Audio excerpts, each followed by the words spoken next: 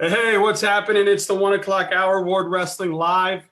Again, thank you for all your support out there, everybody. I do appreciate it. We're here with another amazing coach and wrestler in our sport out of the hotbed of Pennsylvania. He's up on the Pittsburgh side. He's the owner and coach of South Hills Wrestling Club, highly involved in the Lebanon youth programs up there. He was a high school state champ at PA.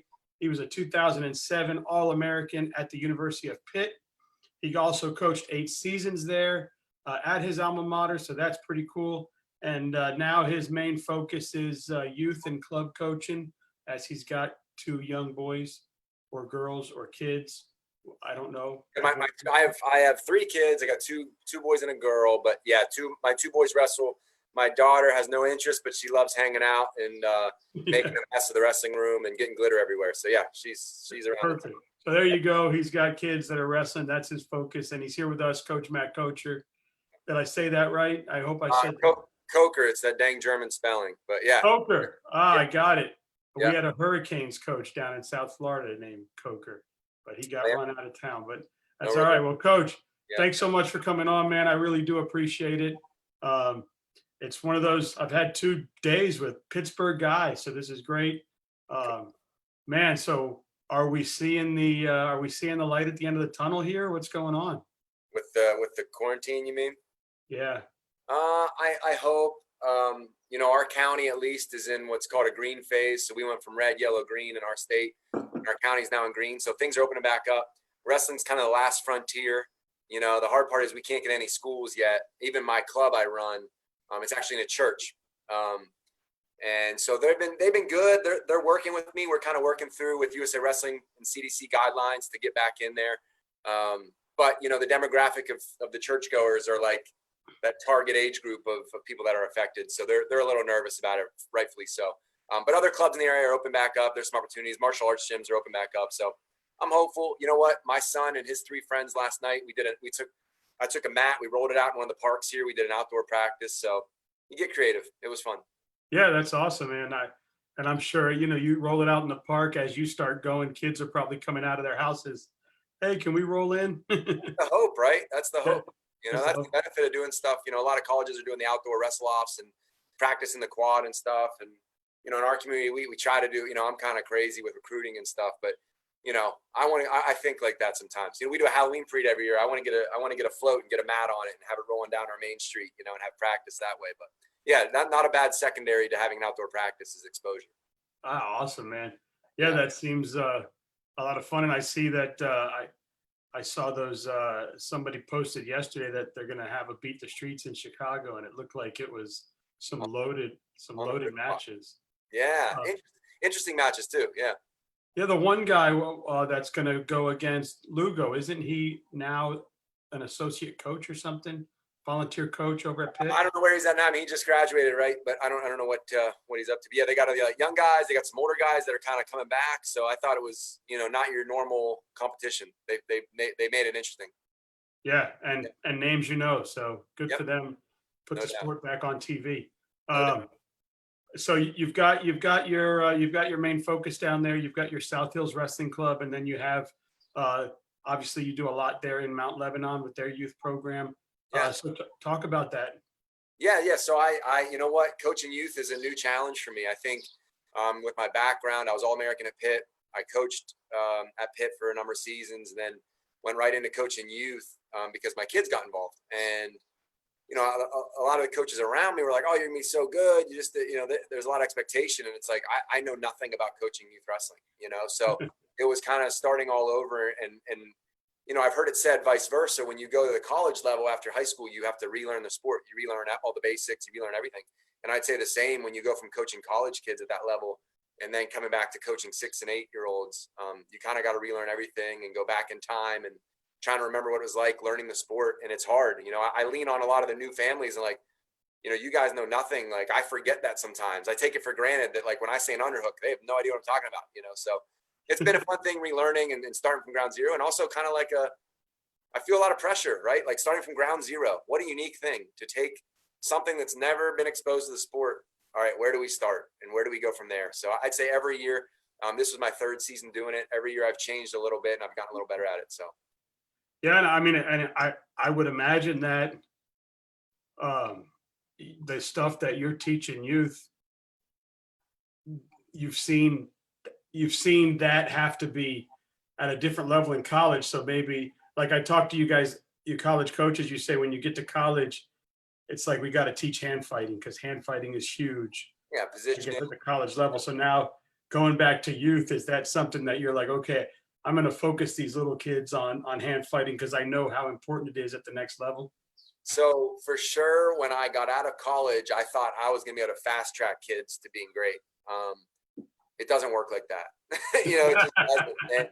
And there's levels. There's levels of technique, and so like my thought is, why not just teach the best stuff right away and skip all the kind of BS, for lack of a better term? But it's just different. It's different feels. You don't get the same feel. You don't get the same. For instance, youth level, you shoot a single leg. Totally different tactics than college, because in college you got to be ready for them to do a shin whizzer, you got to be ready for them to spin, you got to be ready for them to dive over the top, you got to be ready for. At our level, that's not it, and our kids have no muscles. So for them to pick a leg up and put it in the air like I want them to, it takes a lot of coordination, it takes a lot of strength that they just don't quite have yet. So you see them put their head on the ground, they spin, circle the backside, and that's the number one finish of youth wrestling, because there's no wrestler, there's no muscles. And I wanted to skip that part and just be like, no, you watch Jordan Burroughs, he grabs a leg, he picks it up in the air. But it takes years to get there. So there's levels. So we're working on it. But yeah. Well, I think even at the level you're at, I had the head coach at your alma mater on, and he said that he was in the finals one year that he lost to Ben Askren, and he thought he had him in a move, and the guy got to another level. And he said, that's when I realized, well, I'm pretty good at this, but there's levels to this game, even at that level. And he had to teach himself. So Keith has a good mind for wrestling. Keith Gavin, that match with Ben Askren was an awesome match. You have a chance to go back and rewatch it. Askren at the time was the dominator of our sport, right? He was like the figure of our sport. He was pinning everybody at like 30 some pins, and he had just finished his semifinal match against the kid from Iowa. And in his press conference afterwards, he was basically talking smack on Iowa, how he was running from him the whole match and he was stalling. And then in the finals, Keith got Askren dinged with the stall call and was putting the heat on him. So we were on the edge of our seat, man. We were ready to storm the mat if he beat him, but he was in a position to until he got in that situation. He kind of got forced into having to try that shin whizzer tilt. A lot of people in PA call it a Jonesy tilt, but he had to try it and ended up getting put on his back and lost the match there. But yeah. Yeah, and then he said, he goes, man, that just made me realize that even at this high level, there's other levels, and that guy just went to another level. Yeah. And I guess in wrestling, he said you guys can kind of feel when you're wrestling somebody. You can feel when you have them, or you can feel when the energy is out, or you can feel when they kind of give up. Little tells. Oh, you're always looking for that. My junior high coach used to say there's everybody has an off button, and you just got to find it. You got to find it where it is and what point it is. And you're always, when you're in the tie up, you're listening to their breathing. When you walk out when you go out of bounds, you're going back to the center. You watch their body language. It's so important. No doubt. It's amazing. So you're doing a lot of things. You guys are having a lot of great wrestlers come out of your area. You guys are doing a good job with that. Man, what makes PA wrestling so good? What makes it, the best of the best? Yeah, so it's the best, no doubt about it. And we're in Pittsburgh, so I grew up in central Pennsylvania, where Penn State is great, but the wrestling it's sparsely populated compared to Pittsburgh. So there's just more people out here. But Pittsburgh is the best wrestling area in the country, and I didn't understand it growing up. I just lived there. I lived in Pennsylvania. I understood. My goal was to win a high school state championship. I did it. I'd wrestle national events, and coming from PA, they carried some clout. And you go to college, and all the kids that I was wrestling high school with were having success in college, and you see it. But I didn't really notice it till a few years ago, really. Or I didn't really have a great answer for you until a few years ago. And I was recruiting. At Pitt, we recruited so local. When I first started coaching at Pitt, our recruiting budget was $11,000 to give you some insight. And so, when you have an official visit, you bring people in, you wine and dine them, you can run through $1,000 pretty easy. Now, if I got to fly to Iowa, I'm spending $1,000 myself just to go meet the family, right? So that money was spent recruiting Western Pennsylvania kids, which was great because our families were involved in all that stuff. But, every once in a while we go out and we go somewhere, and I was recruiting a kid from Wisconsin, and I flew out there and I was meeting his family and hanging out. we got on this very topic, and he said, it's hard here. And I was like, what do you mean? He's like, well, there might be one or two All-Americans that are actively coaching, at the youth level or whatever. It might have been more than that, but it was a handful of guys, that were coaching. And literally, I go to the grocery store here, which we have Giant Eagle, and I might run into an All-American. In my little town I live in, we have out a 4-time All-American. We got Mark Bodo's a 3-time All-American who lives over the hill. It's just, they're all over the place. It's a dime a dozen. You see Cauliflower, you're walking around. And so it's just. Yeah, Drew Headley said that yesterday. He said, man, I can walk down the street in Pittsburgh and I see 3 All-Americans walking down the other side. So I think it's a couple things. I think one, so if you look at it now, like there's always tournaments going on every weekend, but we're not unique in that way anymore. There's a lot of places that have a lot of opportunities to compete. We are unique in that, like, so myself, I'm a Division I All-American. I coached at Pitt for 8 years, and anyways, went pretty far with the sport. And I'm not unique. If you go to our youth state tournament, I'm talking 8-year-olds through 12-year-olds. There's a dozen of us on the floor walking around. Tyler Nauman, a guy that was a 2-time All-American, 2-time semifinalist at Pitt, he coaches youth wrestling in our area.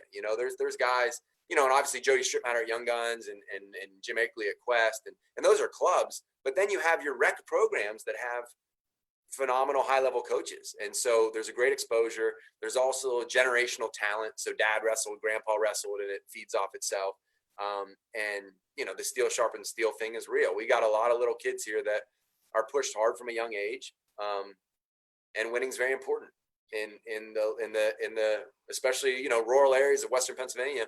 Winning youth wrestling is very important. You're fighting through grandmas and uncles and aunts to get just into the gym just to get to see a spot that's swarmed by people screaming at 9-10-year-olds to win this wrestling match. So good and bad, there's good wrestling here. Yeah, I spoke to a coach last week, and he's down in, I guess it would be Southeast. He's right outside of Philly. Yeah. And he's from Ohio, and now he's coaching at a Pennsylvania school. Yeah. And I asked him. Another good area. Yeah.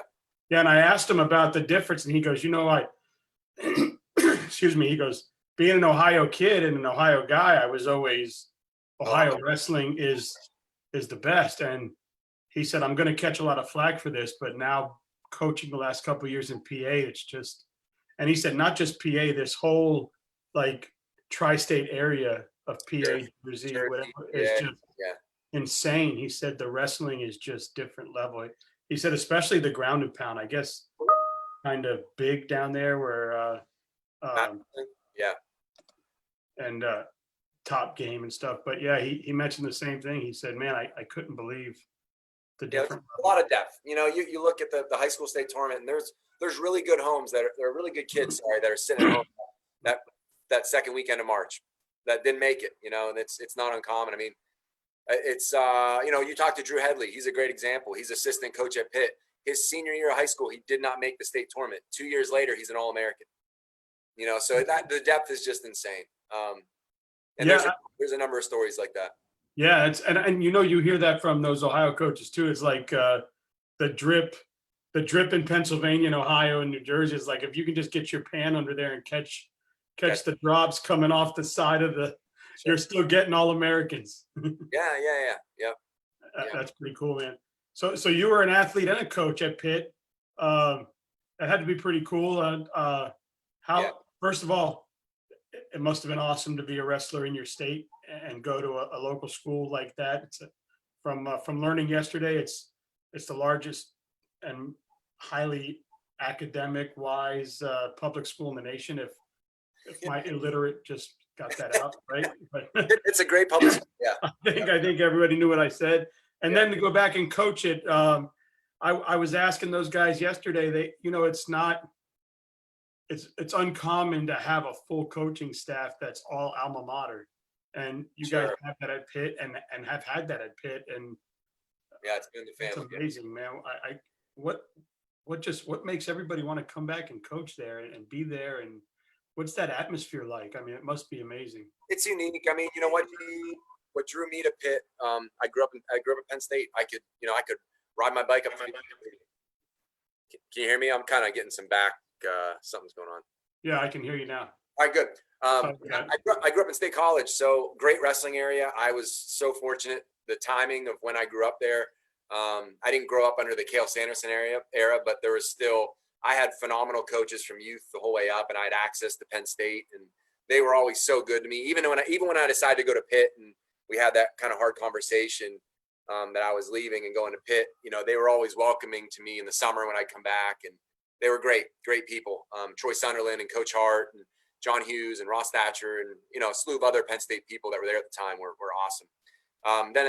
But when it came time to decide, there was a couple factors, but really at the end of the day, it just seemed like it was like the easy way. It was just kind of continuation of high school for me to just kind of go and continue. And there was some of that. I always dreamed about doing it, which is crazy. That was my dream growing up, wrestling at Rec Hall.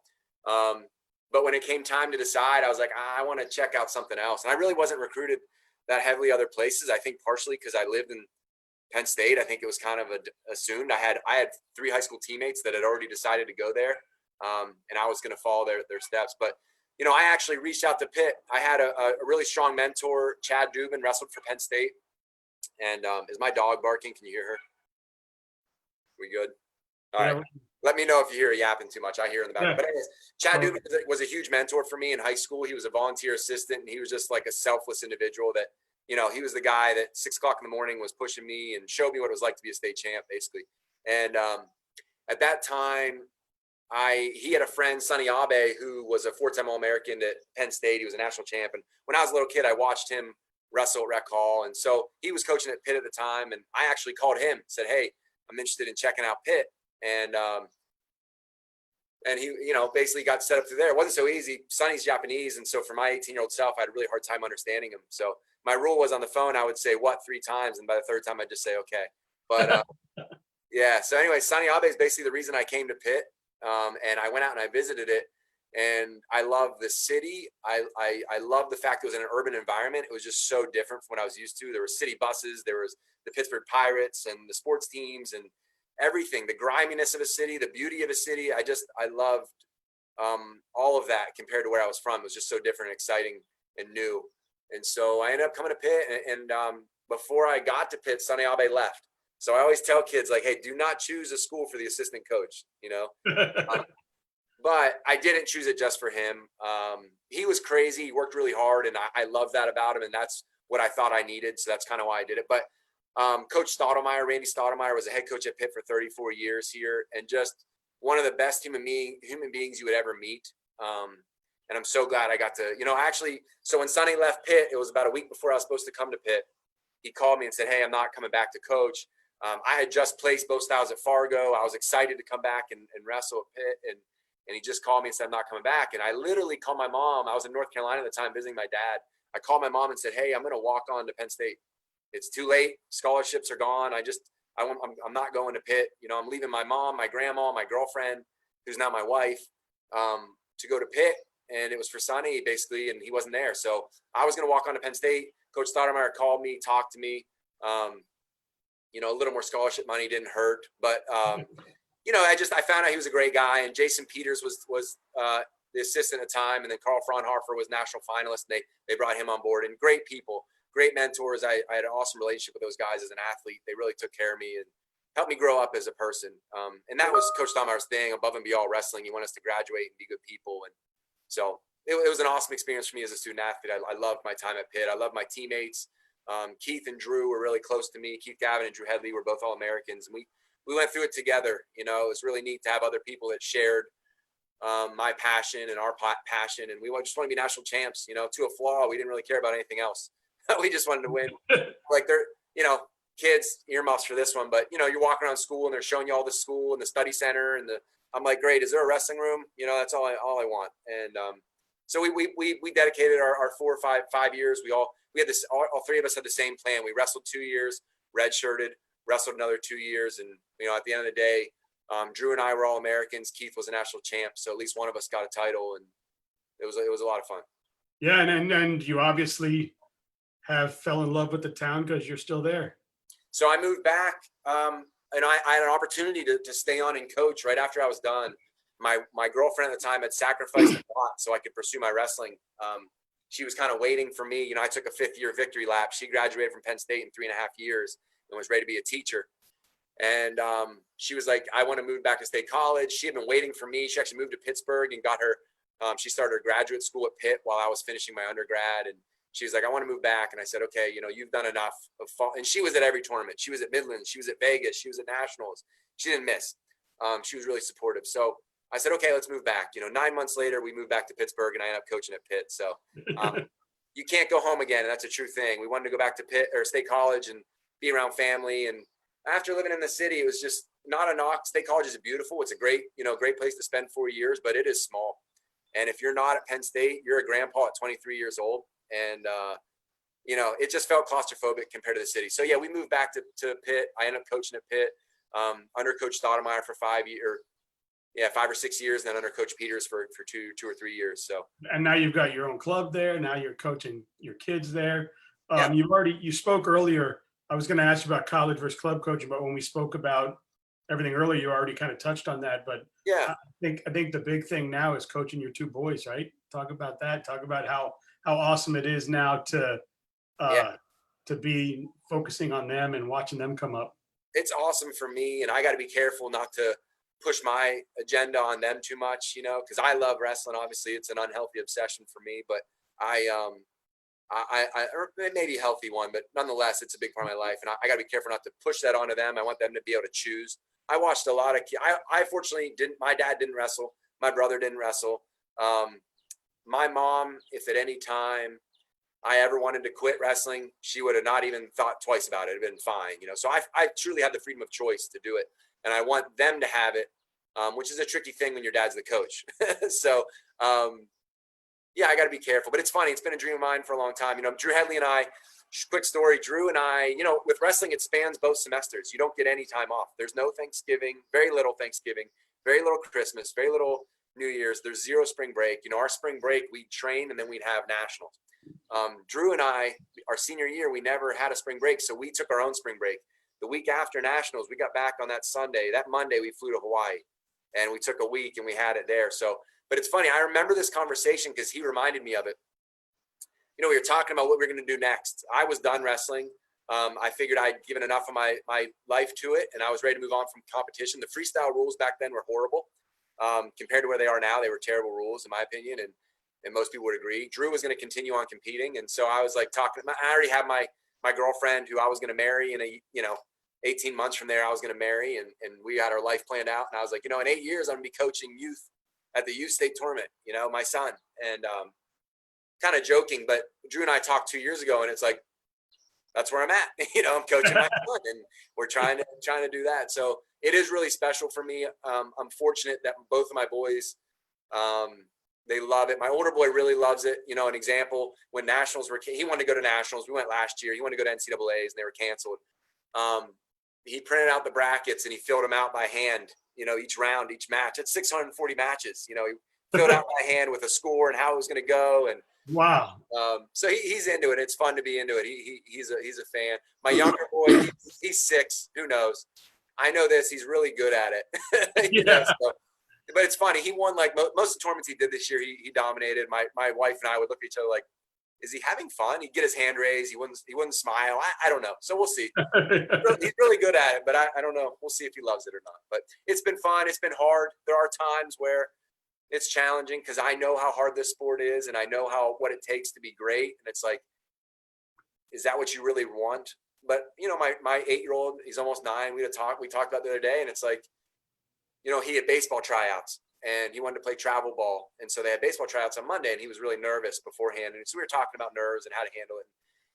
He nailed it, dude. He did so well. I was so proud of him at tryouts. He did so well. We still have to hear back he made the team, but he controlled what he could control. He did really well. And we were talking afterwards, and I was saying, kind of like the man in the arena speech of, I'm proud of you for just going to try out. A lot of kids, only 30 kids showed up in our whole town to try out because other kids and their parents, they're nervous, right? What if you put it on the line and you don't succeed? Like that rejection is too hard for them, so they stay at home. Like, and he's like, well, if you don't try out, you definitely don't make it. And I'm like, yeah, exactly. So he didn't understand that, which I was proud of him. But point being, really, he doesn't really have an option, right? Your option is you don't try, or you put your heart out there, and maybe you get turned down sometimes. But that's the way it is. That's pretty much the only path there is. So Yeah, I mean, hey, well, welcome to life. yeah, and wrestling's a great metaphor for that, right? It's Yeah. one of the truest things there is. Someone's getting their hand raised, someone isn't. We got to figure out how to deal with that. Do you still spend time over? Do you take your kids over to watch Pitt wrestling matches still, or A little bit.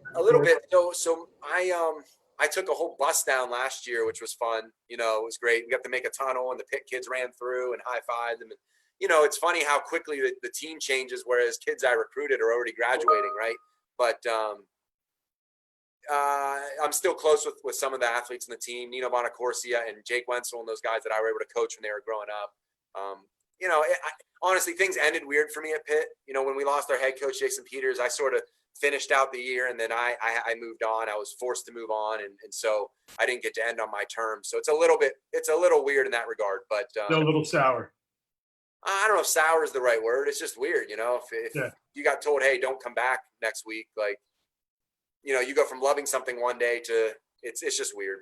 So yeah, and hopefully one day it'll come full circle for you. Oh, for sure. And honestly, the kids I coach, one of the benefit of having a Pitt down the road is you have a Division I program right down the road. Not everybody has that benefit, and so certainly, I want to make sure our kids are able to enjoy that and be involved with it and watch.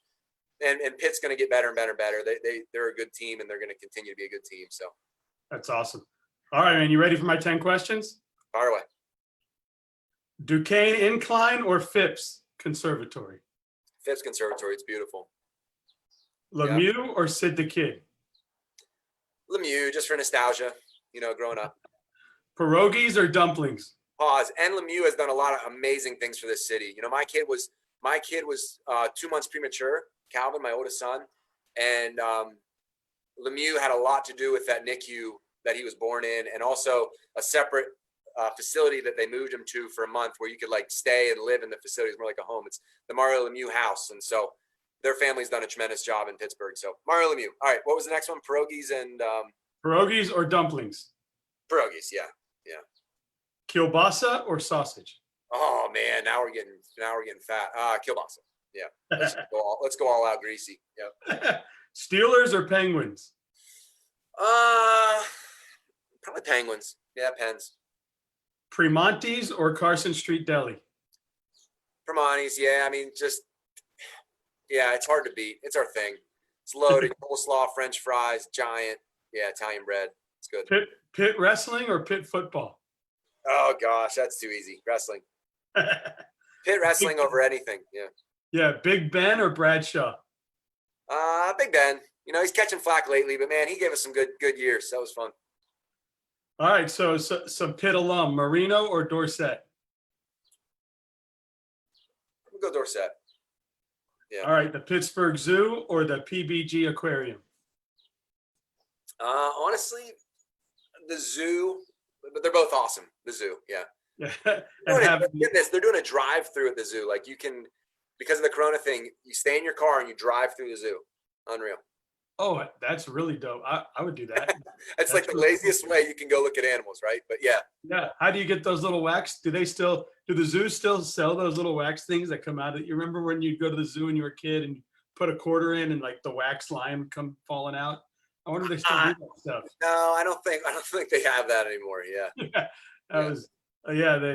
I don't even think, do quarters still exist anymore? Like metal quarters? I think you put Bitcoin in and then you get It's pretty cool, man.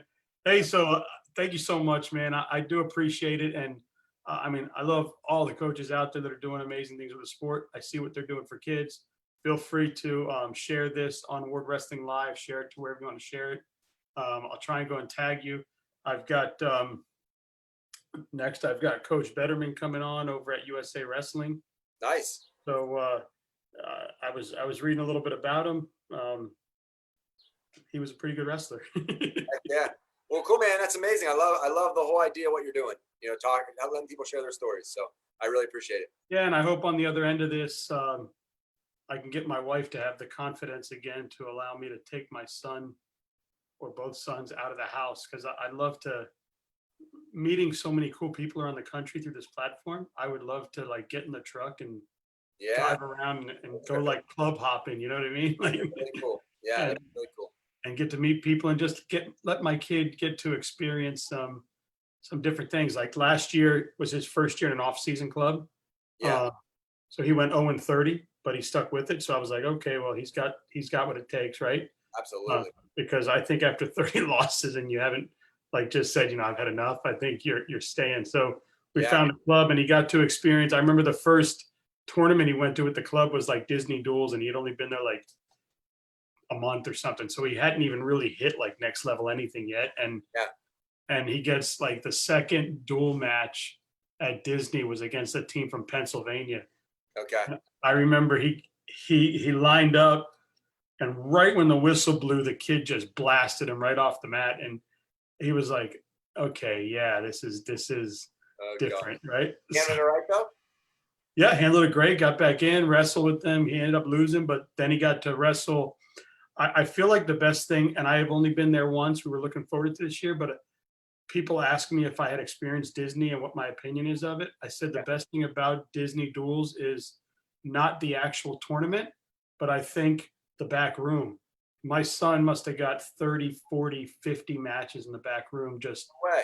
Just they line them up and they get a ref and they've got the tables and they just go. So when you don't have matches, you can just catch I didn't know that. what do they call it? Like call outs or whatever they Yeah, call it. exhibition matches or whatever. Yeah, I didn't know that. That's really cool. Yeah, and it was really awesome because these kids are back there. Man, what are you getting 2-3 seasons in like Absolutely.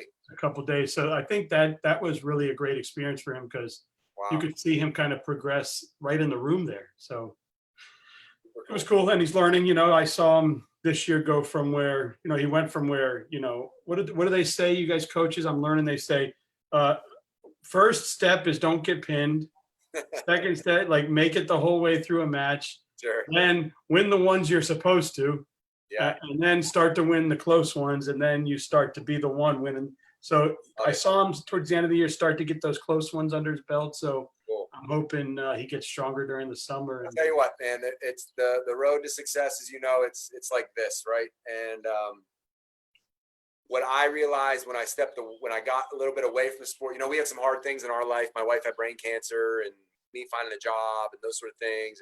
And you realize, like, the quote is everything, once you wrestle, everything in life is easy. And I don't know about all that, but I do know that, I accomplished a lot in the sport of wrestling, but getting my hand raised when I was 18, winning a state title was really fun, but it didn't get me through those hard moments. What got me through those hard moments were all the really crappy days that led up to that hand raise, all those really crappy, hard moments where you didn't quit and you didn't give up. That's where you draw your power from. That's where you draw your confidence later in life, is really from those hard things. And you start to realize, like, you're thankful for those moments now, because those are what really make you who you are. It's not the rush when you get your hand raised. That's the easy part, and that stays with you. But you draw back on those hardships. Those experiences are what stick with you. So yeah, cool. That's awesome, and I appreciate you saying that. And this was amazing, and I hope I can meet you in person one day. And That'd be cool. thank you so much for what you do for the sport, and you have a great day. All right, man. Good luck. Keep going. All See right, ya. pal. See you.